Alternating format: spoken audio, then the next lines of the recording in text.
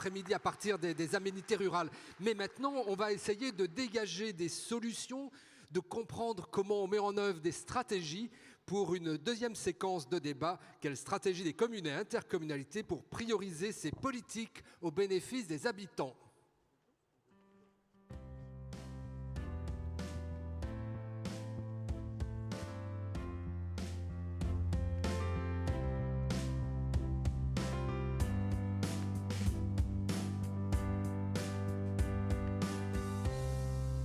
Et pour en parler, j'invite à nous rejoindre Jean-François Debat, le maire de Bourg-en-Bresse, président de la communauté d'agglo du bassin de Bourg-en-Bresse.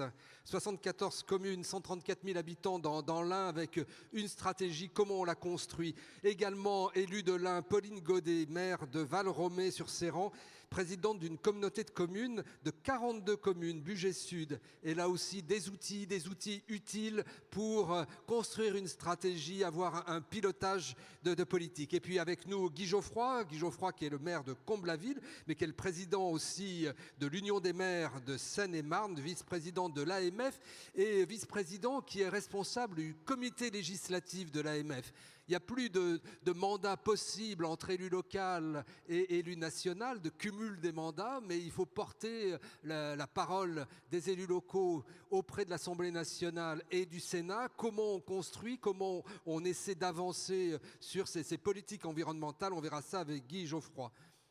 On a fait le constat dans une première partie du débat d'irritants, de problèmes aussi, mais il s'agit de retrouver la maîtrise, de retrouver la possibilité d'agir. Et Claude Métairie, c'est bien l'objet du débat que nous allons avoir maintenant. Merci et bonjour à toutes et à tous. Je vais essayer en quelques mots de faire de la transition dans ce débat sur la transition. Pour ceux et celles qui s'en souviennent, il y a un an exactement, à la même heure, il y avait l'an dernier un débat sur la transition écologique au début du 104e congrès de l'AMF. Depuis un an, il s'est passé beaucoup de choses. On a, je parle au niveau des élus et de l'État, on a vu arriver beaucoup de lois, de projets de loi. La stratégie, je ne vais pas les détailler parce que chacune et chacun les a vus. Projet de loi sur l'accélération des énergies renouvelables, la stratégie nationale de biodiversité que monsieur le ministre vient d'évoquer, la question de la planification écologique, plein de sujets. Et parfois, certains ont l'impression, en nous écoutant ce matin, que les maires et les présidents d'intercommunalités ronchonnent. Eh bien non, nous ne ronchonnons pas. Nous sommes un peu énervés parce que nous avons le sentiment, alors que nous voulons toutes et tous faire progresser ces questions, apporter des solutions, nous avons l'impression que parfois on joue avec des bâtons qui nous sont mis dans les roues. Alors je ne suis pas en train de dire que ces bâtons nous sont mis exprès là pour nous empêcher d'avancer, mais en tout cas je crois que c'était la première partie à montrer qu'il y a quand même des difficultés et qu'il y a beaucoup de choses à fluidifier, à simplifier, parce que, et c'est l'essentiel de ce qui a été dit, et je pense que c'est l'essentiel de ce qui va être dit, c'est que c'est au niveau de la proximité dans une commune ou dans une intercommunalité qu'on a les clés de la réussite. Alors que l'État joue son rôle de donner des grandes orientations, il est là pour ça, et nous tenterons de les appliquer, mais qu'il nous donne à la fois la possibilité d'agir, et ça a été aussi évoqué, qui nous donne les moyens pour mettre en œuvre ce qu'on veut faire. Merci Claude Métairie. Alors là encore, comment on s'y prend, hein, quels outils et quelle logique aussi pour rentrer dans ce pilotage. Pauline Godet, je le disais en vous présentant, vous êtes maire de Val-Romé-sur-Séran dans l'Ain, c'est une commune de 1350 habitants, mais vous êtes aussi présidente de votre communauté de communes, Bugey Sud, avec des distances parfois de 60 km d'un bout à l'autre de l'Interco, 42 communes, 34 000 habitants. Et quand il s'agit de piloter, de mettre en œuvre une stratégie qui soit à la fois une stratégie de développement local, mais aussi qui soit une stratégie qui s'inscrive dans le changement climatique que nous vivons, une stratégie de maîtrise, eh bien, vous avez utilisez des outils, on a évoqué le CRTE, mais vous êtes aussi dans un dispositif avec la boussole de la transition écolo. Alors ça, c'était quelque chose justement qui est fait en partenariat avec l'ANCT, mais qui vous a permis peut-être d'avancer et d'avoir une vision stratégique, globale, dit-on. Racontez-nous ça. Alors effectivement, on a eu la chance d'être un territoire expérimental pour les nouveaux CRTE, les nouveaux contrats de relance et de transition énergétique. Nous étions 2 territoires au niveau national et Bugey Sud en a fait partie. Pourquoi ? Parce qu'on était tout fraîchement doté d'un projet de territoire qui faisait sens autour de nos 42 communes et qui montrait un certain optimisme et détermination à agir ensemble. Donc ce nouveau territoire, cette nouvelle expérimentation, il a mis en avant, et c'est d'abord appuyé sur un travail de diagnostic qui a été partagé entre les communes, l'intercommunalité, les sous-préfets, les services de l'État, que de dire que le précédent CRTE, c'était bien, c'était un début, mais qu'il avait été construit dans un contexte de relance, donc un peu dans la précipitation, avec une addition de projets communaux qui ne faisaient pas forcément sens, et puis finalement très peu de moyens financiers aussi à se répartir. Et puis c'est cette logique d'appel à projet que critiquent vos collègues très souvent. Nous sommes fait effectivement le porte-parole de nos collègues élus en disant stop à l'appel à projet, la manifestation d'intérêt. Nos projets n'ont pas tous les mêmes degrés de maturité, on a besoin de les travailler. En plus, on nous demande d'être de plus en plus exigeants sur cette notion de transition écologique. Donc pour faire cela, laissez-nous le temps, sanctuariser des financements et laissez-nous le temps de développer nos projets à notre vitesse. Donc ce nouveau CRTE, qu'est-ce qu'il prévoit ? Il prévoit un outil SI synthétique, une seule plateforme unique dans laquelle on pourrait rentrer tous les projets des communes, de l'intercommunalité. Il prévoit de placer en supervision les sous-préfets, aussi les intercommunalités pour définir ce qui est d'ordre supracommunal ou pas, et l'ensemble des communes qui pourraient inscrire des projets sur une seule et même plateforme et obtenir l'accompagnement en ingénierie et en financement de tous les services de l'État. Donc ça, c'est le premier point, c'est l'outil. Et puis le second point, c'est celui sur lequel vous me questionnez, c'est la question de la boussole écologique, la boussole du verdissement. Et en fait, c'est un outil qui devrait être accessible à l'ensemble des élus et qui devrait se construire autour de grandes questions, de thématiques. Alors les 6 premières, ce seraient les thématiques qui correspondent au référentiel de France Nation Verte. Alors mieux produire, mieux se nourrir, mieux se loger.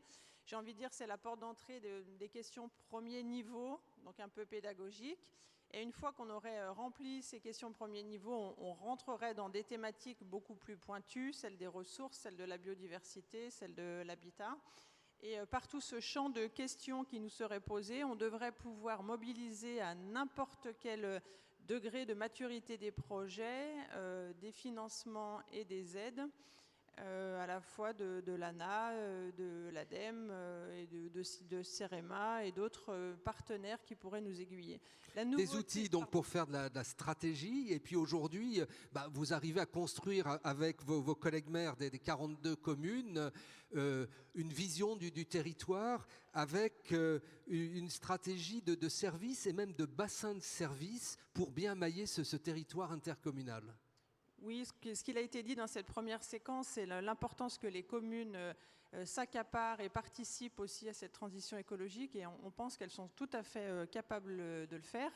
Donc nous, ce qu'on a défini, c'est une intercommunalité de 42 communes, mais une intercommunalité qui ne fait pas à la place de ces communes.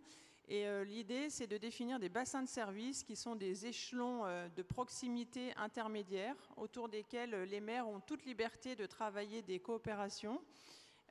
Avec autour de socles minimum de services et de commerces que chaque habitant pourrait trouver à moins 10 km de chez lui. Donc on parle de l'enfance, on parle de la pharmacie, on parle de la maison France Service, et on accompagnerait par l'intermédiaire de fonds de concours et d'aide de l'intercommunalité des projets avec cet ancrage plus local. Comment retravailler les mobilités, comment retravailler les services à cette échelle de 4, 5 et de coopération locale. Merci. Jean-François Debat, maire de Bourg-en-Bresse, le plus important, c'est quand même cette vision, cette stratégie, et après, la liberté, la capacité d'atteindre ces objectifs. Or, ce que vous critiquez, on en parlait quand on préparait ce débat, parfois c'est un État tatillon, disiez-vous. Oui, je crois que la décentralisation des politiques publiques de l'environnement, elle répond à un constat qui a été partagé entre État et collectivités. C'est à l'échelon local que l'on peut le mieux mettre en œuvre ces politiques. En matière de déchets, en matière d'eau ou d'assainissement, question de savoir si c'est intercommunal ou en syndicat, ce n'est pas le sujet, c'est local. En matière d'énergie, de production demain d'énergie renouvelable, en matière de réhabilitation thermique des bâtiments privés et des bâtiments publics, les lieux de mise en œuvre sont les collectivités locales. Le problème, c'est que moi, je crois qu'on doit tous accepter, on l'accepte, tu viens de le dire d'ailleurs, que ce soit le Parlement, la nation qui fixe les objectifs. Et on voit bien qu'il faut cette vision globale. Nous ne le contestons pas. En revanche, moi, dans une vie parallèle, je suis haut fonctionnaire de l'État, donc je ne suis pas opposé par principe à ces visions. Et il y a 10 ans, je n'aurais pas dit ce que je vais dire maintenant. C'est qu'à un moment donné, on ne nous dit pas simplement « voici l'objectif » et on discute ensuite des moyens, on va en parler, financiers et administratifs. Mais alors, vous avez 3 phases. Vous avez la phase 1, celle du diagnostic et des projets. Vous ferez ça dans un délai de 18 mois et vous nous rendrez compte régulièrement de ce que vous faites. Ensuite, vous avez la phase 2, mise en œuvre. Et là, vous nous rendrez compte annuellement de ce que vous faites. Puis vous avez la phase 3, évaluation. Et là, vous nous rendrez compte de ce que vous êtes en train de faire, de ce que vous avez fait. Et on verra la suite.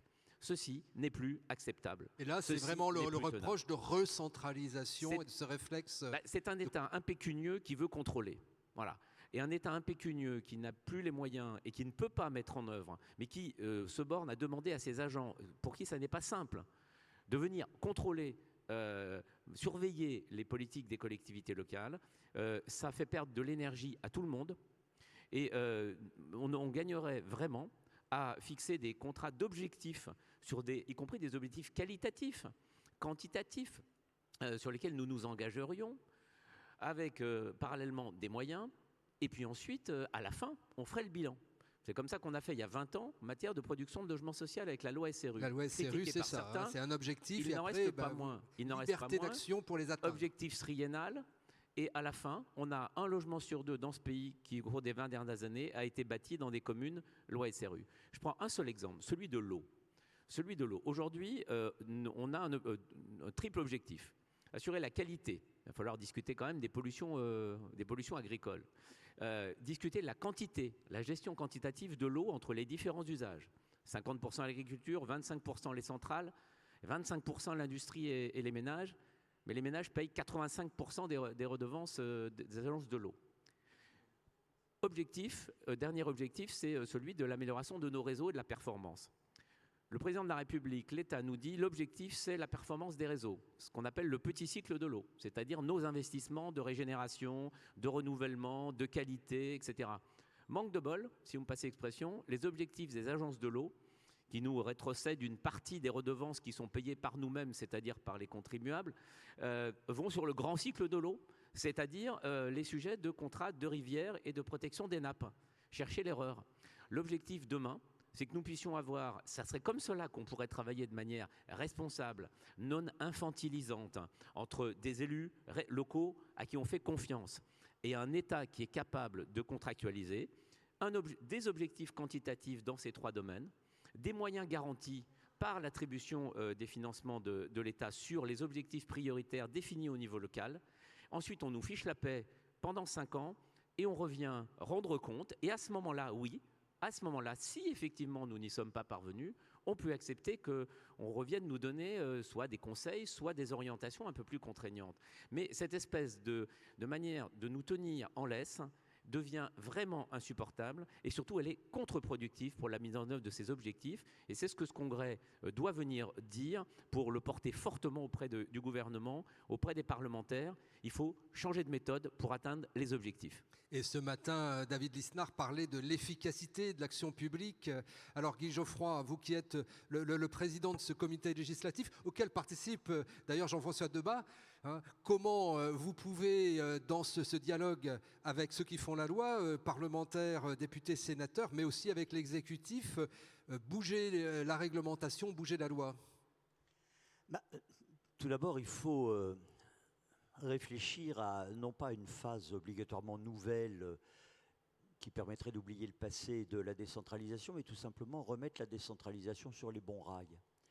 La décentralisation, c'est une excellente idée avec d'excellentes lois, celle du début des années 80 et puis celle du début de ce siècle, mais c'est autant de tentatives et pour tout dire de réussite de l'État de reprendre d'une main ce qu'il avait donné de l'autre, que de véritables mises en œuvre du principe qui est le seul principe à partir duquel on peut construire des politiques publiques, surtout dans les domaines dont nous parlons ce matin, ce principe de subsidiarité. Le comité législatif et réglementaire dont vous parlez a beaucoup travaillé l'an passé, au début de cette année 2023 en particulier, a rendu ses conclusions approuvées à l'unanimité par le bureau de notre association en juillet dernier, et nous n'y sommes pas allés de main morte. Nous avons dit qu'il fallait tout d'abord au plan constitutionnel remettre un certain nombre de choses d'équerre. Et tout d'abord parler de ce qui est en filigrane de ce qui a été évoqué ce matin, c'est-à-dire d'une pluriannualité de la capacité des collectivités locales à assumer leurs propres objectifs, mais également les objectifs qu'elles sont chargées de mettre en œuvre tels qu'ils sont définis. Et pendant qu'on vous écoute, je signale aux congressistes que vous pouvez déjà vous positionner devant les micros qui sont dans les allées pour intervenir et participer à notre débat. Oui, continuez.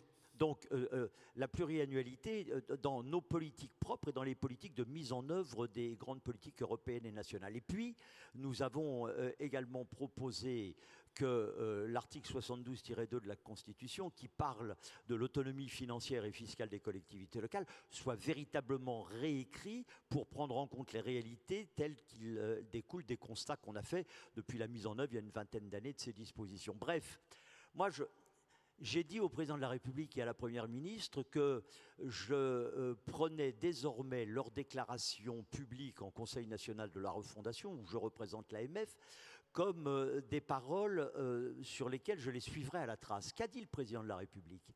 Il y a quelques semaines de cela, il a dit « L'heure est peut-être venue de ne plus privilégier la norme et de privilégier l'initiative locale. » Moi, je lui dis « Bravo et chiche !» Et la Première ministre a dit « Il ne faut avoir peur ni de la subsidiarité, ni du sur-mesure. » Et je dis à la Première ministre « Chiche !» Parce que c'est de cela qu'il est question. Hein, il n'y a pas, contrairement à ce qu'on dit, les grands objectifs fixés, puis ensuite la déclinaison qui est toujours contrainte à l'échelle locale, il y a des grands objectifs que le Parlement doit fixer, et il y a ensuite un pouvoir réglementaire local capable, en partant des réalités, des besoins et des ambitions des territoires et du potentiel des territoires, de mettre en œuvre, et non pas simplement de décliner, mais de mettre en œuvre les grandes stratégies qui relèvent du niveau national. C'est ça notre aspiration. Hein. Le terme de subsidiarité a comme corollaire le terme de confiance. Le contrôle ne doit pas être a priori et larvé comme il l'est à l'heure actuelle, il doit être a posteriori, et confiance est un contrôle nécessaire que nous revendiquons, mais qui n'est pas cette épée de Damoclès en permanence sur nos têtes. Christophe Béchu n'est plus là, mais je voudrais lui rendre hommage sur ce qu'il a dit pour mieux l'inviter à faire en sorte que ce qu'il a dit soit suivi des faits. Quand il nous a reçus en septembre 2022, au moment du lancement du Fonds vert, il nous a dit « Le Fonds vert, ça va être tout l'inverse de ce qu'on a fait jusqu'à maintenant, hein, et c'est la fin des appels à projets. » On s'est presque levé pour l'applaudir. Mais dans nos départements, quand nous avons reçu les 12 à 15 pages venant des officines ministérielles nous disant quelles étaient les cases à cocher pour pouvoir commencer à prétendre réfléchir à l'hypothèse de solliciter éventuellement un fonds vert, on s'est dit qu'il y avait de la perte en ligne. Bon, nous, ce que nous souhaitons, c'est que tout simplement on nous fasse confiance, qu'on accepte que certaines vérités viennent d'en bas et ne soient pas imposées d'en haut, et qu'il y ait une conjugaison au niveau le plus pertinent entre les grands objectifs que l'État se doit de définir et la seule capacité à les mettre en œuvre qui est celle des collectivités territoriales. Merci. Merci Guy Geoffroy. Alors je rappelle que vous pouvez intervenir, participer à ce débat. Il y a 2 points micro dans notre salle, mais je me tourne vers ceux qui ont introduit le débat ce matin et qui ont écouté tout ce qui s'est dit, première séquence et deuxième aussi, et qui montrent aussi que ce débat, c'est l'occasion de progresser et de ne pas être seulement dans la déploration. Oui, tout à fait. Les témoignages qui ont été faits sont tout à fait manifestes et symptomatiques du problème. Et là-dessus, il faut avancer par rapport à ce que disait Guy Geoffroy. Je veux dire, ce qui serait important, c'est qu'on puisse faire une réelle planification de la transition écologique. Je vois, moi, pour ma commune, je vois les 4-5 objectifs fondamentaux qui sont isoler l'école, faire une chaudière centrale, éclairage public en LED, et puis la biodiversité. Alors on rappelle que Marolles-au-Pros, c'est 1700 habitants. Oui, même pas. Donc 1600. Donc vous voyez, et je pense à la biodiversité parce que j'ai 7 km de bord de Loire où j'essaye de racheter des terrains pour éviter que des gens s'y installent de manière, enfin des marginaux s'y installent de manière et fassent des dégradations pour la biodiversité. Mais j'aurais besoin d'avoir une pluriannualité, comme tu l'as dit, une pluriannualité sur les investissements, avoir une vision sur les retours d'investissement que je peux avoir pour mettre des choses en place, en rang. Or, je me suis précipité parce que j'ai eu une opportunité pour l'éclairage public. J'ai eu la chance d'avoir eu le fonds vert. Alors, moi, quand je suis arrivé à la 3e question, ma secrétaire m'a dit comment je remplis les choses, quelle est la réduction du flux lumineux en lumens par mètre carré de l'opération. Là, on était bloqué à ce moment-là. Finalement, on a eu le fond vert quand même. Mais vous voyez, on est arrivé à plein de questions sur la trame noire. Je ne savais même pas ce que c'était, etc., etc. Donc, il faut vraiment qu'on puisse. Et là, ça pose toute la question de l'ingénierie, la fameuse. Voilà, question, tout à fait, d'ingénierie. Mais aussi de la complexité administrative, tout simplement. Simplification, tout à fait des dossiers. Quand j'explique que je diminue par 2 la puissance d'éclairage et je diminue par 2 la durée d'éclairage, je diminue par 4 la dépense, enfin la dépense en tout cas en kilowattheure, je crois que c'est suffisant. Il n'y a pas besoin de me demander ce que j'ai fait sur la biodiversité, sur mon goudron, puisque grosso modo c'était ce que ça voulait dire. Enfin, toujours pas utile pour être clair, et il est fondamental qu'on puisse avoir sur 3, 4, 5 ans une programmation, qu'on ait clairement les subventions qu'on pourrait avoir pour telle chose, pour dire voilà, ça j'ai un retour d'investissement en 4 ans, donc je pourrais retourner.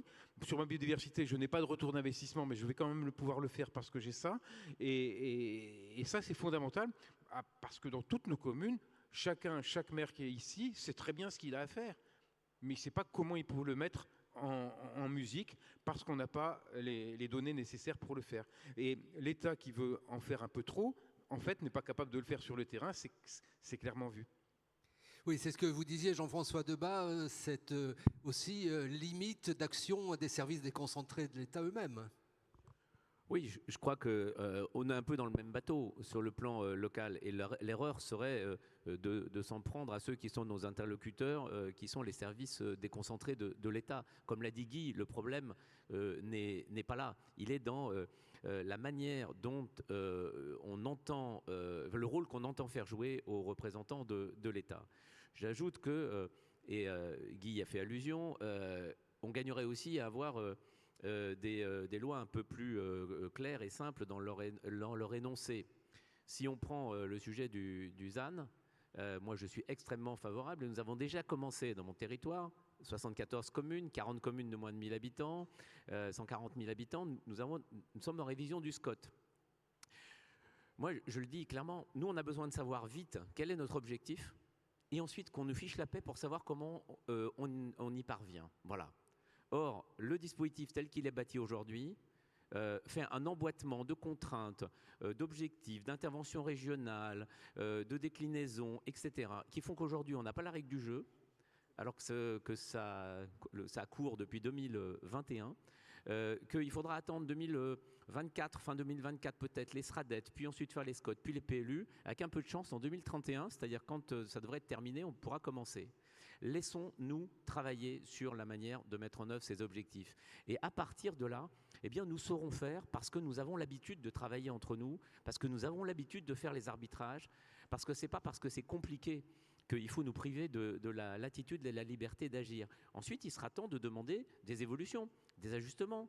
Mais aujourd'hui, finalement, on est en train de perdre du temps, de stresser tous, parce qu'il faut changer de modèle et c'est pas simple. Et que la meilleure manière de se rassurer, c'est aussi d'empoigner les solutions et de commencer à se mettre dedans. Ça, c'est le type même d'emboîtement législatif et réglementaire qui aujourd'hui est contre-productif. Constance de Pellichy, vous qui êtes coprésidente de la commission aménagement, urbanisme et habitat de l'AMF, il y a la question des outils et puis la question aussi de l'esprit dans lequel on construit une stratégie, comme l'expliquaient vos collègues. J'ai été un peu frappée par le décalage entre le volontarisme de notre ministre sur notamment la simplification souhaitée et ce qu'on observe chacun d'entre nous sur notre terrain. L'exemple du fonds vert est parlant. Le ministre a réaffirmé à l'instant qu'il souhaitait un fonds vert très facilement accessible, très peu bureaucratique, sur lequel chacun puisse se projeter, quelle que soit l'échelle de sa commune. Et on a tous observé, en tout cas beaucoup, dans nos territoires, que ça fonctionnait par des appels à projets, avec des dizaines de pages à remplir, et que, encore une fois, finalement, les communes les mieux staffées, donc celles qui ont déjà une ingénierie en interne, étaient les plus à même d'être en capacité d'aller capter ces financements. C'est pas juste, et c'est pas l'esprit du ministre. Donc moi, je m'interroge beaucoup sur, finalement, la volonté politique, c'est bien, mais notre job, c'est d'aller de la volonté politique aux actes. Comment l'État va de la volonté politique aux actes sur le terrain? Et ça pose vraiment la question qu'on touche tous du doigt, c'est quels sont les moyens qui sont mis aussi dans les services déconcentrés de l'État. Les préfectures, les DDT, les ANCT sont de formidables outils dans ce dialogue nécessaire entre l'État et les collectivités, si tant est qu'on a les moyens humains adéquats et qu'ils ne soient pas là que pour le contrôle et la contrainte, mais bien dans l'accompagnement des projets qu'on a apportés ensemble, que ce soit l'accompagnement dans nos projets de territoire pour aller vers des CRTE qui servent à quelque chose et qui peuvent vraiment être moteurs sur nos territoires, ou l'accompagnement dans notre planification urbaine. Le sujet du ZAN, c'est une révolution totale dans la manière d'appréhender nos territoires. Ça ne pourra plus fonctionner comme ça fonctionnait auparavant. Et la question fondamentale du ZAN, c'est comment on arrive encore à avoir des territoires qui vivent, des territoires qui sont dynamiques, alors même qu'on ne pourra plus consommer comme on le faisait auparavant. Comment on maintient son école ouverte si on ne sait pas comment faire venir de nouveaux habitants? Mais si l'école ferme, la boulangerie ferme, et il n'y a plus de vie. Il va falloir trouver un moyen d'amener de la vie autrement.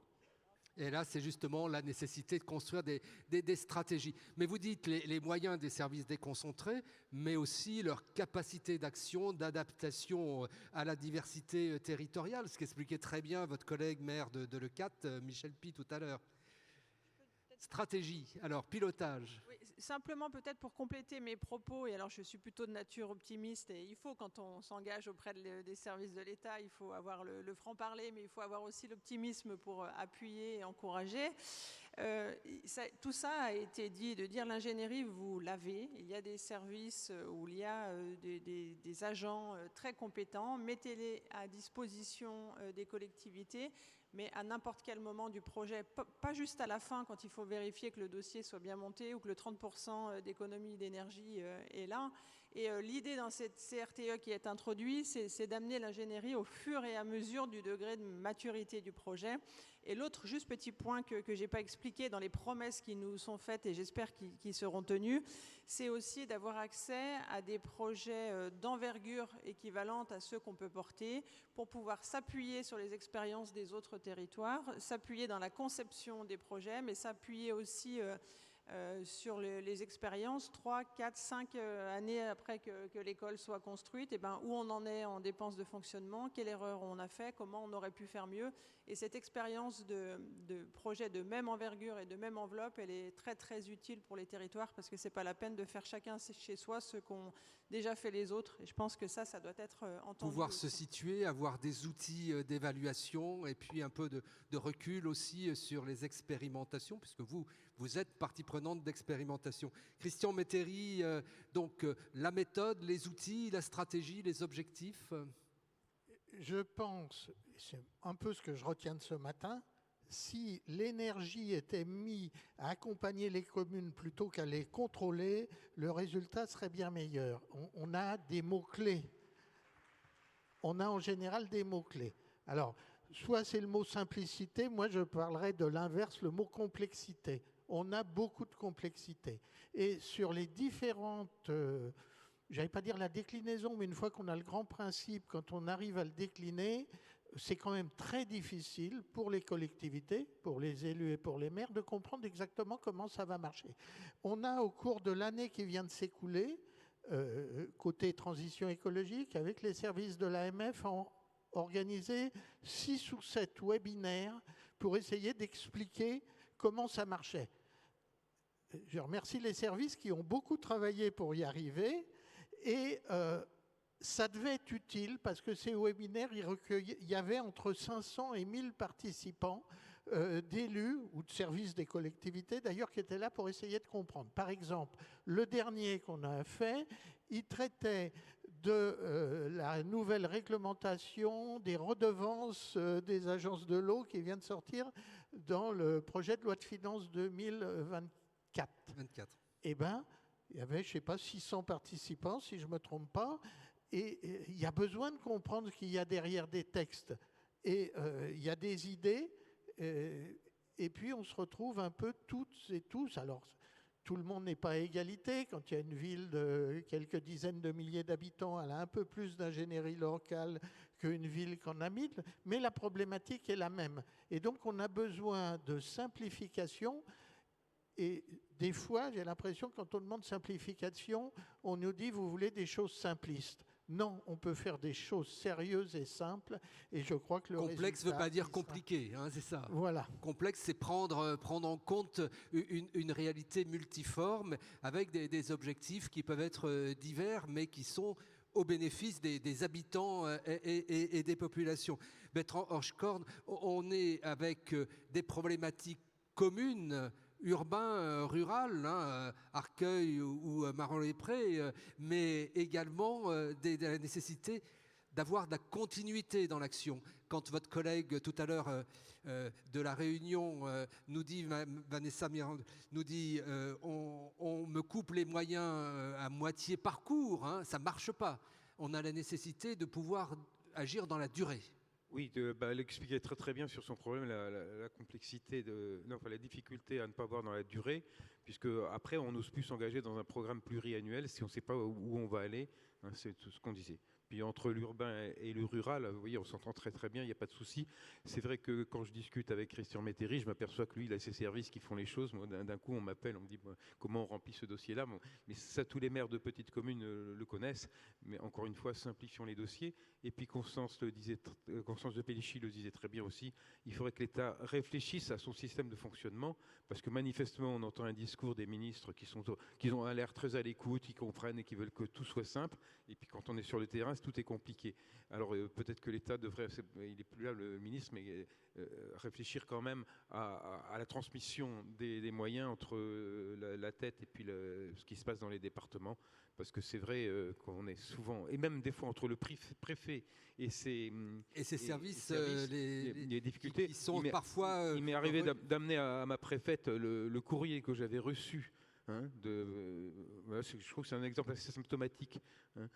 D'un coup, je mettais une zone 30 dans ma commune, dans le centre-bourg de ma commune. La route a été refaite par le conseil départemental et puis moi-même il y a 5-6 ans. Et d'un coup, je reçois une lettre de la préfecture me demandant qu'il fallait que je fasse une enquête pour savoir le taux, alors je ne saurais plus quoi dire, d'amiante et de je ne sais plus quoi dans le goudron qui m'a été fait. Alors que j'étais même pas, c'était une route départementale et l'État n'avait rien à voir là-dedans. Et là, j'ai montré le courrier à ma préfète, parce que c'était il y a un an, elle était là, pour lui montrer ce que c'était réellement, ce qu'on recevait de ses services. Bon, elle m'a dit, besoin de cohérence. Qu'elle ferait le nécessaire, mais c'est pour vous dire les liens entre les gens que l'on rencontre, les préfets, les ministres, etc. Et puis l'obstacle qu'on a. Il faut absolument que l'État se mette, comme l'ont dit certains, dans le rôle d'accompagnement et non pas dans le rôle de contrôle. Jean-François Debat qui a repris le micro, qui souhaite intervenir. Oui, je crois que on évoquait la question de la centrale photovoltaïque qui mettent des années. Le type de mauvaise réponse, c'est celle qui nous vient alors du Parlement plus de la mise en œuvre par le gouvernement sur les fameuses zones d'accélération ENR. Personne n'a vraiment compris à quoi ça sert. On nous demande dans un délai record d'aller mettre sur une base de données nationale des zones d'accélération ENR sur les communes déterminées par les maires, évidemment après concertation, qui n'auront aucune conséquence juridique, puisque ce n'est pas parce qu'on aura décidé que c'est là prioritairement qu'il faut en développer que nécessairement ça ira plus vite, qui interdisent pas du tout à des projets privés de venir se mettre absolument ailleurs et de démarcher des porteurs de projets. Ce qui fait qu'aujourd'hui, on ne comprend pas vraiment, à part prendre quelques coups, à quoi ça va servir. Alors, dans ce contexte-là, l'important, c'est aussi de savoir travailler ensemble. Ce que nous avons décidé à Grand-Bourg Agglomération, c'est que, j'expliquais à la préfète qu'on n'allait pas faire comme il proposait. Nous faisons un travail à l'intérieur, entre maires, à l'intérieur de Grand-Bourg Agglomération, 74 communes. Les maires qui le souhaitent proposeront leur terrain, on regardera, on verra l'articulation avec le SCOT. Une fois qu'on aura nos objectifs, nous verrons avec l'État ce qu'on en fait. Et puis, les collègues qui le souhaiteront le mettront sur la base. Sinon, ça nous servira pour nourrir un schéma de cohérence territoriale. Je crois qu'à un moment donné, l'objectif, c'est quand même qu'on arrête, et vraiment, moi je le ressens, on le ressent tous de manière extrêmement forte, d'infantiliser les élus locaux, j'ai employé le mot tout à l'heure, dans la capacité à conduire des politiques publiques complexes. De grâce qu'on nous fasse vraiment confiance. Et je crois que c'est vraiment le maître mot parce que nous sommes capables. On sait s'étriper entre nous, discuter entre nous et à finalement trouver des points d'accord.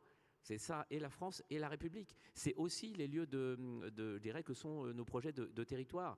Et s'il y avait un seul message, c'est celui-ci, c'est laissez-nous travailler. Eh bien, c'était le débat inaugural de ce 105e congrès. Guy Geoffroy, on en parlera cet après-midi. On en parlera cet après-midi lors de la séance d'ouverture. Et puis demain, quand on parlera et qu'on débattra sur les conditions d'exercice, ce qu'on a entendu ce matin, c'est tous ces irritants aussi qui complexifient l'exercice des mandats. Et je crois que c'était tout à fait important de commencer ce 105e congrès sur cette politique centrale qui sont ces politiques de développement. Merci aux intervenantes et intervenants de ce matin. On peut les applaudir. Et donc, on vous donne rendez-vous à 14h pour la séance officielle d'ouverture et puis pour les 3 jours de débat de ce 105e congrès des maires et présidents d'intercommunalité.